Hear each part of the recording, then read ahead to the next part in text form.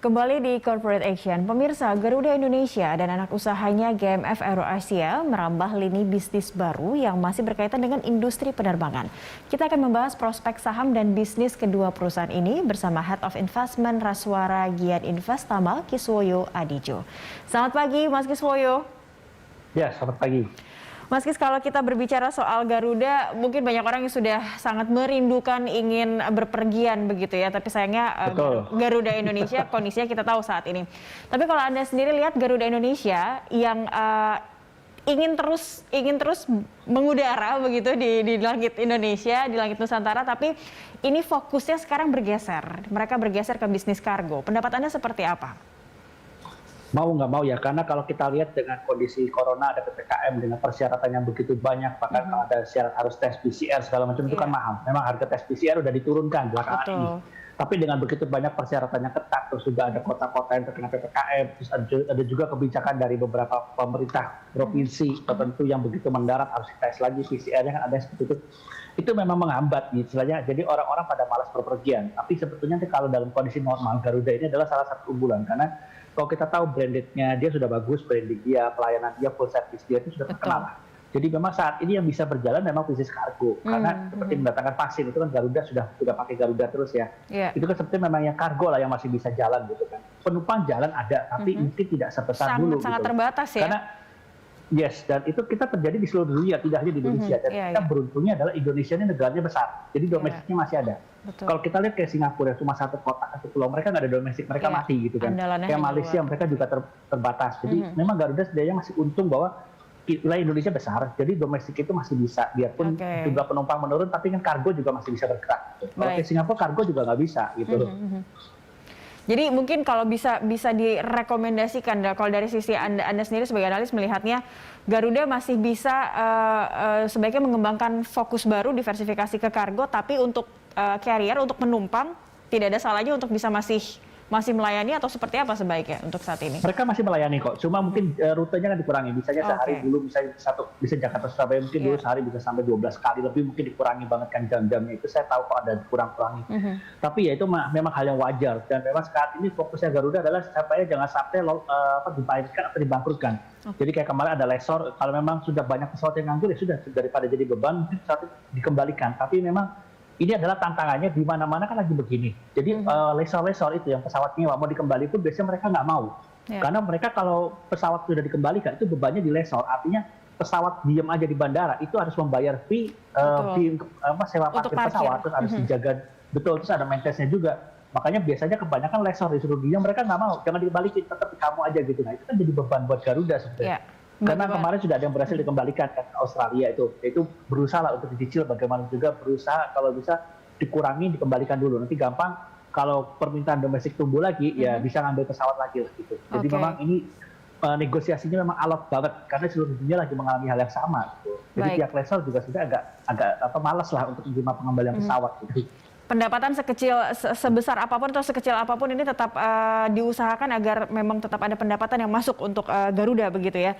Tapi kalau Anda lihat secara fundamental untuk Garuda Indonesia saat ini seperti apa, dan persepsi pasar melihat Garuda Indonesia masih ada optimisme tidak untuk melihat keberlangsungan nanti untuk Garuda ke depannya?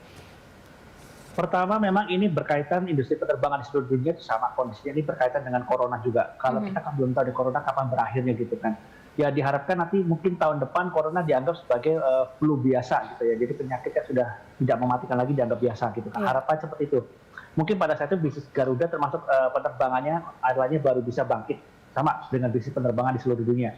Tapi saat ini adalah fokusnya bagaimana bertahan hidup dulu. Memang yang paling penting itu bertahan hidup pada saat ini, itu yang berat sih sebetulnya, karena kita tahu lah pengetatan di mana-mana. Kargo juga saya tahu cukup ada prospek, tapi memang tidak besar juga gitu kan. Ya karena baru juga terbatas juga, karena mobilitasnya kan juga terbatas. Tapi memang intinya adalah kos harus ditekan. Yaitu salah satu penekanan kos adalah dengan cara pesawat-pesawat daripada nganggur parkir juga bayar sewa harus di-maintain juga. Ya kalau bisa dibalikin dulu aja lah. Gitu. Kurangi dulu sebanyak mungkin supaya costnya menurun, nanti gampang kalau kebutuhan mulai meningkat, sewa lagi juga masih keburu kok gitu loh. Karena pesawat-pesawat nganggur itu sekarang beban juga bagi Garuda, saya bilang gitu. Parkir di Soekarno-Hatta, parkir di Denpasar, itu juga jadi beban. Karena tidak hanya sewa parkir, tapi ingat harus ada di maintain juga, itu cost lagi sebetulnya. Betul, gitu kan. betul. Baik. Baik, itu Garuda Indonesia. Kalau kita mendengar Garuda Indonesia, kita juga mendengar ada Garuda Aero Maintenance begitu ya, ada GMF. GMF. Ya. Nah, sekarang GMF juga akan diversifikasi atau agak bergeser ke sektor pertahanan dan kelistrikan. Seperti apa prospeknya untuk kedua sektor itu, Mas Gis? Kalau GMF mungkin masih bisnisnya masih bertahan, karena biarpun pesawat itu nggak terbang, tapi kan mereka tetap dirawat kan. Iya. Jadi mereka tetap menerima perawatan pesawat, bahkan ya itu saya bilang pesawat parkir itu tetap masih dirawat. Ya, ujung-ujungnya malah mungkin yang harusnya ada overhaul besar-besaran, mungkin mereka sebagai airline akan melakukan pada masa-masa sekarang, mungkin nggak terbang gitu. Karena kalau lagi terbang mereka berpikir rugi nih gue gitu kan, lagi penumpang banyak gitu. Nah sekarang ini GMF sebetulnya nggak ada terbang, masalah. tapi juga harus mengeluarkan uang untuk maintenance begitu ya? Betul, nah itu jadi sebetulnya GMF tidak ada masalah. Terus ditambah dengan sektor pertahanan yang mungkin itu memang pilihannya tepat, karena memang ada beberapa jenis pesawat militer yang memang jenisnya adalah hampir sama dengan pesawat sipil yang memang bisa diperbaiki oleh GMF. Itu sudah bagus, tepat. Kalau kelistrikan saya memang belum tahu detailnya sih, tapi mungkin harusnya kelistrikan berkaitan dengan pesawat itu memang masih dalam satu paket juga, sebetulnya tidak ada masalah sih sebetulnya. Iya, Mas Gis, ini yang kita ketahui GMF kan juga punya sebuah hanggar yang memang ini sempat diklaim begitu sebagai hanggar yang terbesar juga di dunia untuk melayani maintenance dari berbagai pesawat secara global begitu ya. Betul. Apakah ini tidak bisa menyokong dari perusahaan sendiri? Kenapa harus betul-betul bergeser fokusnya kepada kelistrikan dan pertahanan untuk saat ini? Sejauh mana itu bisa menyokong? Itu sudah menyokong, sudah menyokong. Artinya pesawat-pesawat Garuda atau pesawat-pesawat yang domestik yang parkir di Indonesia itu tetap mereka sudah disokong kok. Sudah disokong oleh maksudnya sudah GMF itu sudah menyokong dari anggar yang besar itu sudah menyokong benar gitu. Cuma ini kan ada prospek baru, itu sayang daripada perawatan pesawat militer yang bisa dilakukan oleh GMF dilakukan oleh vendor dari luar negeri kan sayang. Jadi mereka ambil juga. Jadi intinya memang lagi masa-masa saat ini adalah bagaimana sebuah perusahaan itu kalau ada peluang apapun juga yang memang masih berkaitan dengan bisnis mereka akan ambil juga. Setidaknya masih ada space kan. Kalau memang masih ada space, kira-kira masih ada hanggar kosong yang buat perbaikan pesawat, ternyata masih bisa digunakan untuk perbaikan pesawat lain, ada pesawat militer yang nggak apa-apa, terima saja gitu.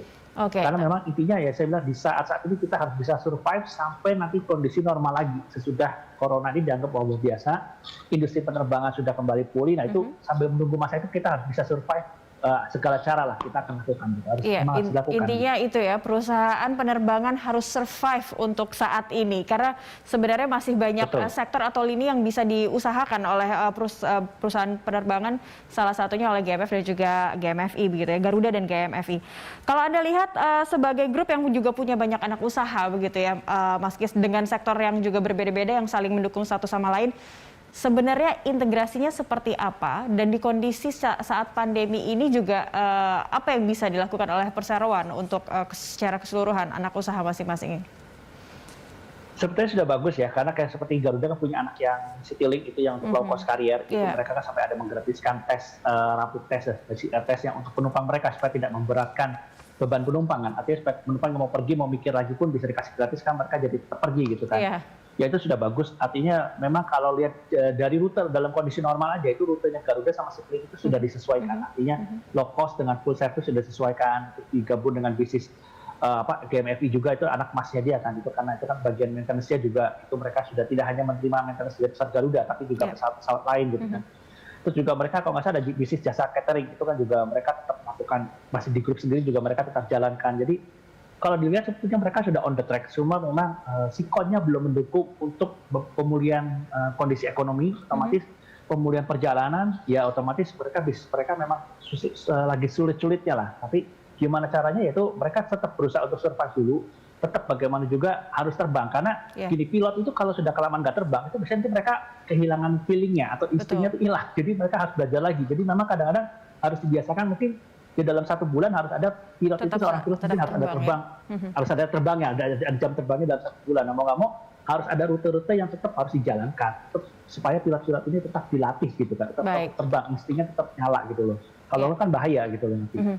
Jadi efisiensi dan juga diversifikasi usaha begitu ke sektor lain, ini adalah langkah yang paling realistis bisa diambil oleh Garuda, atau mungkin ada aksi korporasi lain yang bisa dilakukan Garuda dan juga GMFI mungkin untuk saat ini? Kalau GMF saya bilang nggak perlu aksi korporasi, ya dia sudah bagus karena mekanisme sudah bisnisnya stabil. Mungkin untuk bisnis airline-nya sendiri yang backbone-nya Garuda dan CityLink itu memang ya cara satu-satu itu pesawat yang nggak kepake dipulangin. Terus mereka mungkin akan mencoba bisnis kargo kan sudah dijalankan juga. Jadi sebetulnya mereka sudah bagus, sudah on the track. Tinggal bagaimana nanti mungkin kalau pas pemerintah ada pelonggaran-pelonggaran ini mungkin Garuda bisa cepat-cepat memanfaatkan. Misalnya ini Bali sudah mulai dilonggarin ketika pariwisata sudah mulai menggeliat, ya buru-buru penambahan jadwal kita lagi gitu kan. Itu harus cepat diantisipasi sih sebetulnya. Jadi sebetulnya dilakukan mereka sudah benar. Untuk Garuda mungkin ada butuh injek duit, tapi memang masalah Garuda ini adalah perusahaan publik kan. Jadi ada sedikit masalah kalau mau main injek duit itu kan nggak bisa kan.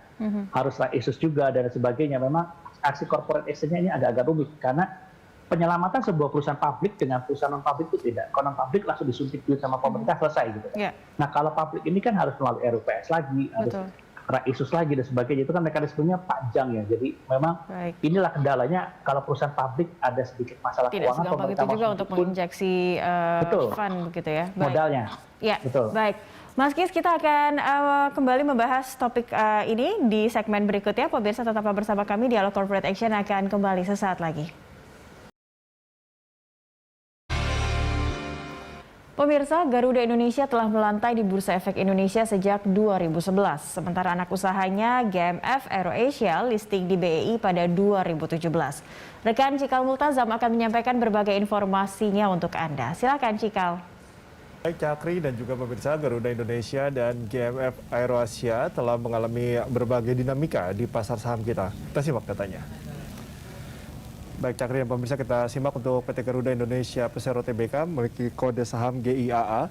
Pencatatan pertama kali pada 11 Februari 2011 berada di papan utama bursa. Bidang usaha utama jasa angkutan udara niaga berada di sektor transportasi dan logistik, di subsektor transportasi, industri maskapai penerbangan. Sementara kita simak untuk GMF AeroAsia dengan kode GMFI melakukan pencatatan pada 10 Oktober 2017 berada di papan utama bursa. Bidang usaha utama jasa perawatan, reparasi, dan overhaul pesawat udara serta pendukungnya, perdagangan, perindustrian, pergudangan, dan pengangkutan dan jasa lainnya di sektor infrastruktur, di subsektor infrastruktur transportasi, di industri operator infrastruktur transportasi, dan subindustri operator bandar udara. Kita simak pemegang saham Garuda Indonesia, saham mayoritas sebanyak 60,54% atau 15,67 miliar rupiah dimiliki oleh negara Republik Indonesia, sementara 28,27% atau 7,32 miliar rupiah dimiliki oleh PT Trans Airways, dan 11,19% atau 2,9 miliar rupiah dimiliki oleh masyarakat. Sementara untuk GMF AeroAsia, saham mayoritas atau sebesar 89,1% atau 25,16 miliar rupiah dimiliki oleh PT Garuda Indonesia Persero Tbk. Kemudian sebesar 10% atau 2,82 miliar dimiliki oleh masyarakat dan 0,9% dimiliki oleh PT Aerowisata. Kita simak pergerakan nilai saham GMFI. Cakri dimulai pada 8 Januari di 159, kemudian turun di 29 Januari di 101, kemudian mulai merangkak naik mulai dari 22 Februari di 116, kemudian 15 Maret 138 dan mengalami tren penurunan mulai dari 25 Mei di 102 dan terus menurun mulai 21 Juni di 86 dan juga stagnan dari mulai Juli hingga 22 Juli hingga 25 Agustus di 75 per lembar saham. Demikian Cakri informasi yang dapat saya sampaikan, kembali ke Anda. Baik, terima kasih Cikal untuk informasi dan datanya terkait saham dari GIAA dan juga GMFI. Kembali ke Mas Kiswoyo. Mas Kiswoyo, ini menarik kita melihat pergerakan dari harga saham GMFI tadi ya. Ini harganya sudah semakin kecil sekali. Tadi kalau tidak salah di Rp75 per lembar saham. Bagaimana rekomendasi Anda? Apakah sebaiknya ini momentum yang tepat juga untuk para investor untuk membeli saham GMFI atau memang sudah mulai bergeser atau tersingkirkan sementara begitu untuk melihat saham GMFI ini? Sebetulnya kalau kita lihat bisnisnya GMFI itu tidak ada masalah. Tapi memang kalau kita bicara saham itu kita bicara dengan berbagai macam faktor. Tidak hanya dengan fundamental perusahaan, tapi juga dengan sentimen-sentimen. Salah satu sentimennya adalah begini. Ketika suatu IHSG lagi masa-masa lagi rendah seperti ini, kebanyakan orang akan mencari saham-saham yang lebih baik. Artinya mencari perusahaan-perusahaan besar yang bisnisnya lebih mereka kenal. Jadi GMF ini mereka kan kebanyakan sebagian besar orang mungkin tidak mengenali bisnis GMF itu apa gitu kan. Jadi mereka akan lebih mengincar saham-saham blue chip lah, contoh paling gampangnya gitu kan. Jadi makanya dikatakan saham blue chip ataupun saham yang ada promosinya gitu kan. Karena GMF kan nggak ada iklannya gitu kan. Kalau kita lihat ada saham-saham yang ada iklannya di TV-TV, nanti biasanya mereka, oh produk saham ini adalah dari saham ini produknya adalah ini, saya sebut dari TV, itu mereka mungkin akan lebih suka membeli. Nah GMF ini kan nggak kelihatan, nggak ada iklan seperti itu kan. GMF kan nggak butuh iklan gitu kan untuk bisnis mereka. Nah makanya ini memang sahamnya jadi sepertinya kurang peminat gitu loh. Jadi memang pergerakan sahamnya jadi turun. Kalau kita lihat ini memang turun cukup jauh ya dari Januari saja sampai sekarang. Januari awal tahun masih ada di level 150-an lebih. Tapi di saat ini sudah di level 75. Gitu kan. Sekarang ini Mas Kis, apa rekomendasi Anda untuk GMFI? Kalau model kayak GMF ini sebetulnya nanti ujung-ujungnya adalah buy and hold-nya harus agak lama, long term period-nya. Karena kalau kita lihat ini sebetulnya tahun kemarin sempat ada 182 juga. Ya kalau kita lihat polanya saat ini sudah low banget. Tapi untuk yang membeli harus hati-hati kan. Ini saham minim sentimen, artinya tidak banyak orang yang tahu. Jadi sebetulnya memang kita, yaitu saya bilang sentimen adalah makin banyak orang yang tahu, makin aktif banyak yang bertransaksi, harga sahamnya bisa naik lebih tinggi untuk kembali ke titik wajarnya dia. Karena saya bilang ya ini, karena bisnisnya orang nggak tahu apain aja sih ini GMFI gitu kan. Gitu. Jadi, dan juga image-nya menempelnya adalah ini bagian dari bisnis Garuda. Karena bisnis Garuda adalah bisnis airline yang sedang merosot, dianggapnya ini satu paket gitu kan. Nah ini yang jadi sebetulnya masalah utama bagi dia. Tapi kalau lihat membeli dengan harga 75 murah, tapi itu saya bilang jangan berharap bisa naik dalam 1 bulan. Mungkin bisa harus simpan 2 sampai 3 tahun. Untuk jangka panjang ya, untuk disimpan begitu ya? Betul. Betul. Kalau jangka panjang seperti bisa kembali lagi ke arah 150 sampai 200 bisa. Tapi itu butuh waktu 2 sampai 3 tahun gitu. Baik, ada peluang. Sambil menantikan bagaimana juga pemerintah dan secara global menangani pandemi, kita bisa mulai menyasar GMF mungkin dari sekarang ya, menabungnya dari sekarang, mumpung di harganya masih di 75 per lembar saham. Baik, terima kasih banyak untuk Mas Kiswoyo Hadijo untuk bergabung bersama kami pagi ini di Corporate Action. Sehat selalu. Oke, siap.